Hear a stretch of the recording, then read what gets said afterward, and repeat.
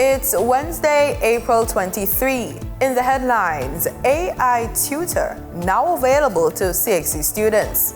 In business news, BPO executive Yoni Epstein wants changes to labor laws. Regionally, in Belize, passenger on hijacked Tropic Air flight speaks out.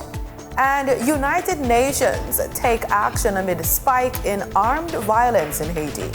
In sports, World Athletics wants gender balance within national track and field federations. This is the news on PBC Jamaica. I'm Simone Absalom Gale.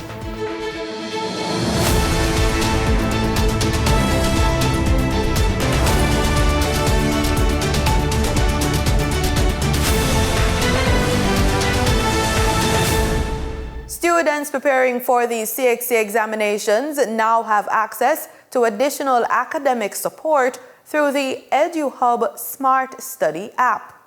The app is equipped with practice tests and mock exams. The details were shared at a recent JIS think tank. CEO of EduHub Company Limited, Davia Brian Campbell, says the app is integrated with artificial intelligence technology to facilitate personalized learning and provides analytics to track students' progress.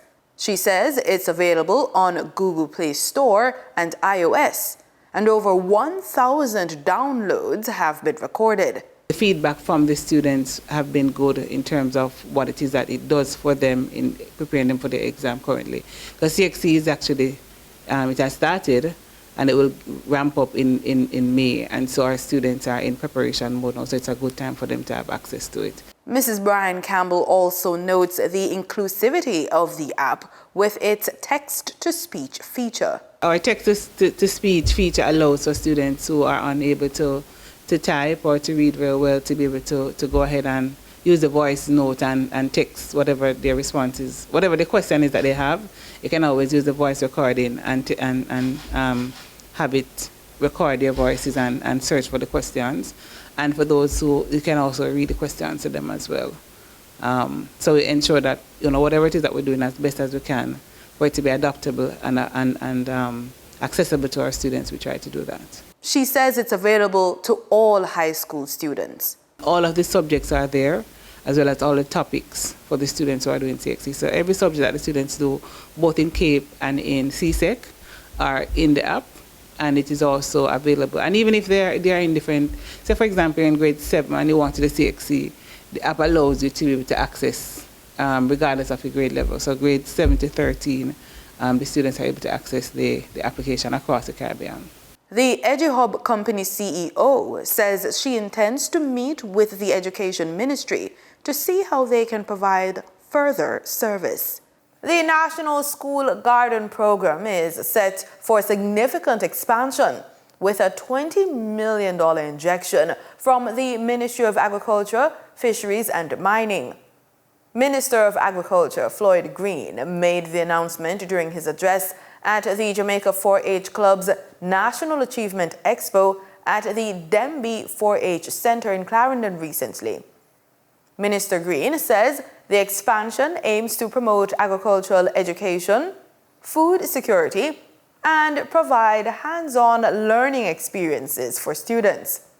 As part of the expanded program, the ministry will also introduce a $5 million prize pool for the National School Garden Competition, which will reward innovation, self-sufficiency, and excellence in school garden projects. The initiative follows the recent cabinet approval of the National School Nutrition Policy, which emphasizes the use of locally grown produce in the school feeding program, aligning with broader goals of food security and education. The Ministry of Health and Wellness is urging lawmakers to raise the retirement age, saying it could help ease poverty among Jamaica's elderly. The call comes as part of a series of recommendations to the Senate Committee on the Care of Elderly, along with a push for urgent legal reforms to better meet the needs of the country's aging population. Danita Rodney tells us more. The government is considering a major change that could impact when Jamaicans retire. The Ministry of Health is weighing a proposal to raise the retirement age, currently set at 65, as part of a broader push to protect the elderly. Health officials say the change could reduce old age poverty and help seniors stay financially independent for longer. Permanent Secretary in the Ministry of Health, Errol Green, says one of the biggest concerns is the abandonment of elderly citizens by their own families. As to the numbers of social cases in hospital, I can't give you a figure on that today, but I know it is significant because it affects our ability to care for those persons who come to seek support at the hospital treatment at the respective hospitals, and they can't find a bed. Some persons have to be sitting in chairs for days, weeks even, just in order to find a hospital bed for them to be cared for. So yes, it's a concern for us. Mr. Green says far too many elderly Jamaicans are left to languish in the public health system, abandoned by their families and remaining there until they die.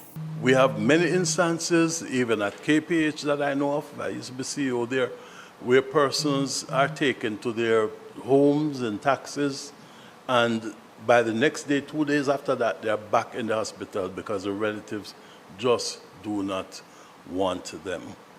There was a case of a gentleman who was hit down by a JUTC bus, and he came from Clarendon, and he has a son living in Kingston. The relatives in Clarendon used to come and look about him, and after a while, they just forgot about him. He ended up in the hospital a second time. He died. When contact was made with his son, he said, "I don't care what you want to do with him. Don't call me. Do not call me back." He pointed out that a law allowing the courts to order relatives to care for their elderly family members exists, but officials admit it's never been used. But when we look at what can be done, there's a Maintenance Act, and there's also the Poor Relief Act. In my former life, I always encouraged the inspectors of poor to utilize the Maintenance Act, because you can take people to court for abandoning your loved ones and for not looking out for them. And under the Maintenance Act, I believe you are responsible to your grandparents even to ensure that they are okay, and whatever the government have to spend in care of the elderly can be recovered if that is pursued. That revelation came from Mr. Green with confirmation from both the Permanent Secretary and Senator Shireen Golden Campbell. I don't know that there was anybody who could cite a single instance where the municipal corporation had taken any action. Yes? That's the exact point I'm making. Well, I was a town clerk for many years, and I've always asked the inspector of poor for Kingston and St. Andrew, how many persons have you ever taken to court to maintain their parents?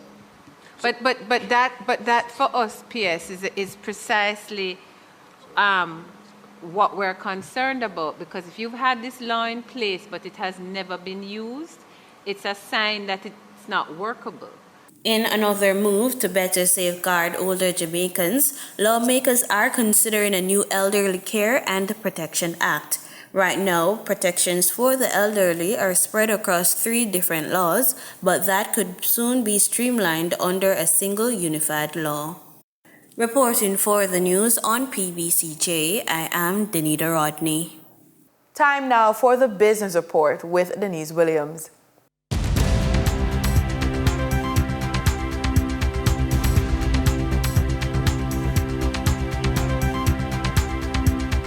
Welcome to today's Business Report. I'm Denise Williams, here to bring you the stories shaping the financial world and guiding your journey to smarter business decisions. Let's dive into the top headlines. Chairman of ITEL BPO, Yoni Epstein, says there needs to be changes to the country's industrial relations law, which were enacted in the 1970s.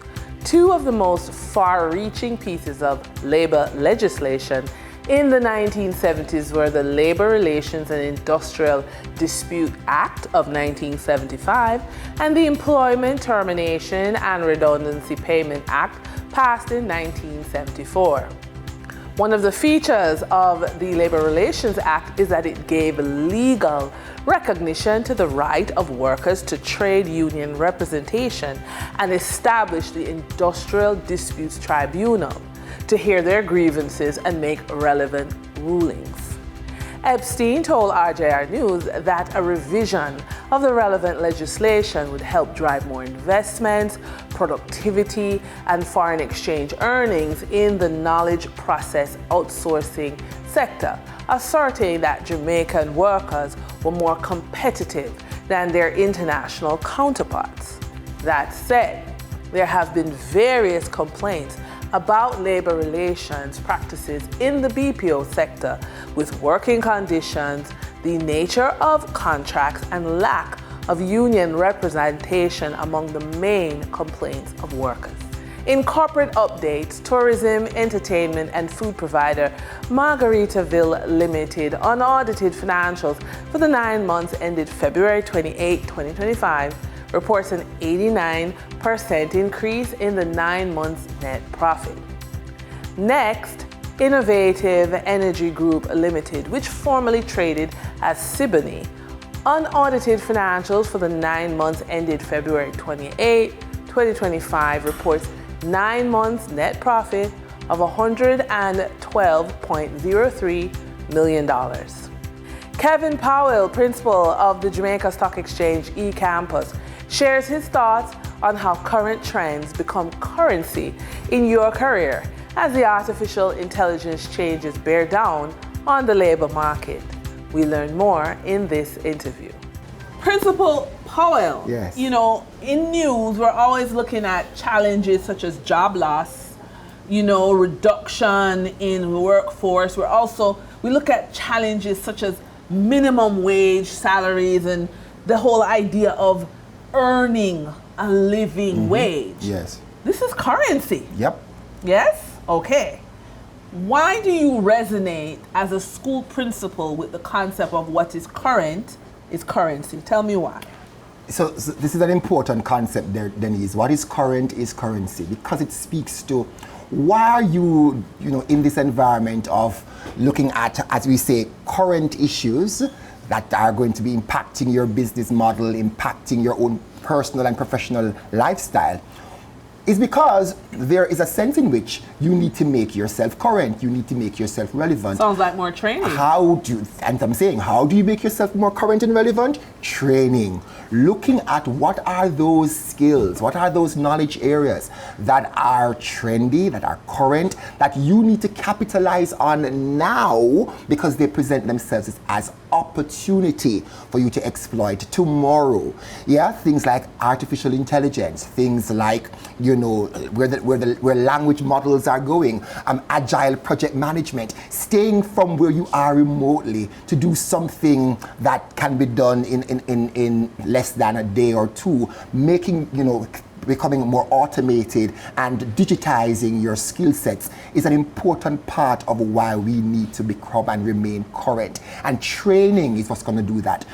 Investing in knowledge that is current, relevant to today's needs and the market space and the volatile, uncertain, complex, ambiguous environment that we now exist in today. Yes, today's tariff, tomorrow is going to be something else. Yes, so what are you going to do to remain relevant in this ever-changing market space and landscape is what we're talking about with remaining and being current, so that you can use that tomorrow to build your own currency. So are you comfortable saying publicly that the answer to the challenge of earning a living wage is better training? Is better training. And You're comfortable saying I'm that? comfortable saying that. An investment in yourself, an investment in education, always and will always reap the best rewards. You have to remain on top of the knowledge ecosystem by training. Be a lifelong learner. That's my own mantra. Be a lifelong learner. The realities of yesterday are not today's realities. The knowledge of yesterday, it exists as knowledge, but it's not relevant for today's space. So always be in the know, always be relevant and current by enrolling in relevant, authentic, credible training programs that are going to be current and relevant for your training needs. For the trading period ending April 22, 2025, these were the most actively traded stocks. Toll road operator Trans-Jamaica Highway Limited with 5,603,612 units traded, representing 34% of market sales volume. Investment house QWI Investments Limited with 2,143,294 units traded, representing 13.01% of market sales volume. Alternative energy provider Wigton Energy Limited with 2,072,503 units traded, representing 12.58% of market sales volume. We now shift our focus to the forex market rate set by the Bank of Jamaica. On April 22, 2025, the Bank of Jamaica reported US $72.60 million purchased and US $66.28 million sold by forex traders. Forex traders earned $1.36 per dollar selling the US at $159.08 and buying the US at $157.72. The Canadian dollar netted forex traders $2.46 per transaction, with selling at $114.70 and buying at $112.24. The British pound yielded forex traders $3.44 in profit, with selling at $211.30 and buying at $207.86. For our credit report tip of the day, you're considered credit invisible if you have no credit history with the major credit bureaus. Credit invisibility isn't just the absence of a number on a report. It's a barrier to ownership, entrepreneurship, and growth. You can benefit from recognizing these hurdles and taking a step-by-step action to build a credit profile that works for you. Here are some ideas for you. With no credit score, any credit you obtain comes at subprime pricing, which is very high interest rates, and it will cost you more to borrow. One suggestion to counter that is to become an authorized user on a family member's or friend's card to inherit their positive history. Another reality is that banks won't extend capital to an unknown entity, stalling your entrepreneurial growth. In this case, we suggest that you open a credit builder loan at a community credit union. Make on-time payments that will be reported to the credit bureaus. And that wraps up today's business report. I'm Denise Williams, reminding you that every financial decision is a step toward your future. Until next time, stay focused, stay informed, and keep striving for success. See you soon. In regional news, Guyana's Vice President, Dr. Barata Jagdeo, assured Guyanese on Thursday that the taxes for the importation of vehicles would be reviewed and eventually reduced. Jagdeo, during a People's Progressive Party civic press conference, reminded citizens that the government has been reducing import duties through various budgetary measures. Even so, he acknowledged that import duties may still be high. We passed a budget recently. We reduced duties on lots of things since we got into office, including vehicles. The duties are still high. We will probably put them under review in the next term in office, so they will come down. But as the road network expands too, I think we can allow a more liberal taxation system on the vehicle. But this is not discriminatory. It's applied to vehicles from any part of the world. If you were thinking about whether it's linked, maybe I don't know if that's the thinking about it's linked to the US, but it's from Japan, it's from the US, it's from Europe, the same tax rates that you pay. In Belize, a routine domestic flight took a harrowing turn on Thursday morning when a 49-year-old U.S. national hijacked a Tropic Air aircraft shortly after its departure from Ranchito Airstrip in Corozal. Among the 14 passengers on board was a local primary school teacher who recounted the shocking moments that unfolded mid-flight, including a stabbing, a forced change of course, and a tense standoff that ended with the hijacker fatally shot upon landing at the Philip Goldson International Airport. When 49-year-old U.S. national Akiniela Taylor hijacked a Tropic Air flight on Thursday morning, just after it took off from Ranchita Airstrip in Corozal, primary school teacher Armin Burgos was among the passengers. A little bit after 8:10, it was boarding time, so we went. And the guy from Tropic told me to go to the front. And I said, I want to jump out first. So I sat on the last single seat to the back. And I saw Mr. Brown going to the front where I supposed to be seated, but I felt a little bit bad because he was an older guy and he went and sit right beside the guy that hijacked the plane. Taylor was seated in the first row on a double seat next to Fitzgerald Brown, while Francesco Castaneda was on a single seat beside them. According to the flight manifest, the plane was supposed to reach the island 20 minutes after takeoff. Burgos recalls that just 2 minutes into the flight, he heard a commotion at the front of the aircraft and saw Taylor stabbing Castaneda. I tried to call police, but I called 911 and no answer, so I called one of my cousins that he's also a police. And when I told him that, they're having stabbing on the plane, I didn't even know that it was hijacked. Then immediately he said, you don't want me in your country, you will take me back to the US. And then I started to things got serious, and then he told me, don't turn back, just go. After everything, I reached to a conclusion that I think he thought that Mr. Castaneda was an air marshal. So that's why, because at no time he wanted to attack none of the passenger, only him he attacked. And during the attack to him, Mr. Brown was trying to stop him and hold him, because he was seated, Mr. Brown was in between the two of them. What I believe, he didn't get stabbed completely. I believe that if Mr. Brown didn't try to help, he would have been dead. Taylor died shortly after the incident. Injured passengers were taken for medical treatment. Burgos shared that he spoke with a therapist over the weekend due to experiencing anxiety attacks following the hijacking. Immediately after that, I stayed in shock. I couldn't talk. My breath was short.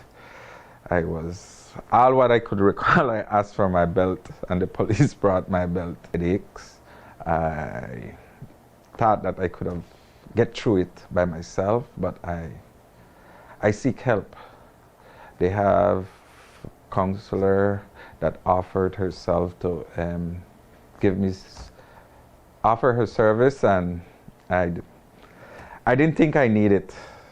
Knowing myself, I thought I didn't need it, but after getting help, it helped me a lot. Reporting for News 5, I am Paul Lopez.